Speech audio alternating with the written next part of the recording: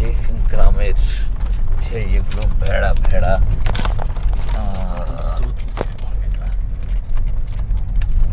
এই যে ভেড়ার পাল, সুন্দর ভেড়াগুলো ছুটছে। আমরা মহিষের পাল দেখেছি, ভেড়ার পাল দেখেছি, তারপর আমরা দেখেছি এটা ভেড়ার রক্ষণাবেক্ষণের জন্য যে গড়িটা দেখেছি ওটা, তারপরে বকের ইয়া দেখেছি আমরা, ঝাঁক দেখেছি, গরুর পাল আছে। গ্রামীণ দৃশ্যগুলো আসলে অসাধারণ।